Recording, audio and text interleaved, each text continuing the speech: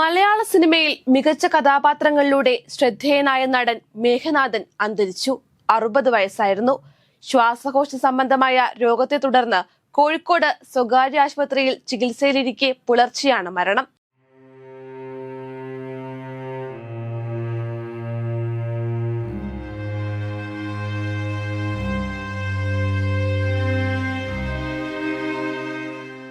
അൻപതോളം സിനിമകളിലും നിരവധി സീരിയലുകളിലും മേഘനാഥൻ അഭിനയിച്ചിട്ടുണ്ട്. നടൻ ബാലൻ കെ നായരുടെ മകനായ മേഘനാഥന്റെ സിനിമാ പ്രവേശനം 1983 പുറത്തിറങ്ങിയ അസ്ത്രം എന്ന ചിത്രത്തിലൂടെയാണ്.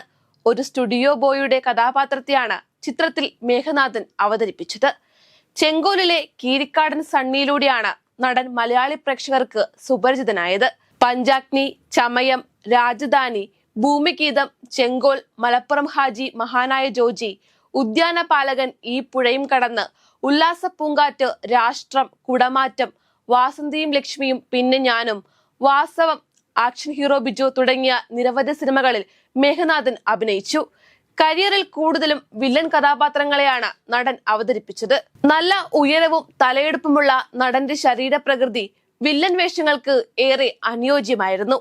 ചെങ്കോലിലെയും ഈ പുഴയും കടന്ന് എന്ന ചിത്രത്തിലെയും ക്രൂരനായ വില്ലനെ അത്ര പെട്ടെന്ന് മലയാളികൾക്ക് മറക്കാൻ കഴിയില്ല. പകയും ദേഷ്യവും കണ്ണുകളിൽ പ്രതിഫലിപ്പിച്ചായിരുന്നു നടന്റെ പ്രകടനങ്ങൾ. എന്നാൽ 2016 എബ്രിഡ് ഷൈന്റെ സംവിധാനത്തിൽ പുറത്തിറങ്ങിയ ആക്ഷൻ ഹീറോ ബിജു എന്ന ചിത്രത്തിൽ വൈകാരികമായ രംഗങ്ങൾ അവതരിപ്പിച്ച് അതും തനിക്ക് വഴങ്ങുമെന്ന് താരം തെളിയിച്ചു. വില്ലൻ വേഷങ്ങളിൽ നിന്നും സ്വഭാവ നടനായുള്ള താരത്തിന്റെ ഭാവമാറ്റം മലയാളികൾ സ്വീകരിച്ചു. സിനിമകൾക്ക് പുറമെ മേഘനാഥൻ സീരിയലുകളിലും പ്രത്യക്ഷപ്പെട്ടിരുന്നു. മലയാള സിനിമകൾക്ക് പുറമെ തമിഴ് സിനിമകളിലും താരം അഭിനയിച്ചിട്ടുണ്ട്. സുസ്മിതയാണ് മേഘനാഥന്റെ ഭാര്യ. ഏകമകൾ പാർവതി. ഷൊർണൂരിലെ വീട്ടിലാണ് നടന്റെ സംസ്കാര ചടങ്ങുകൾ നടക്കുക. നടന്റെ വിയോഗത്തിൽ മലയാള സിനിമാ ലോകം അനുശോചനം രേഖപ്പെടുത്തി.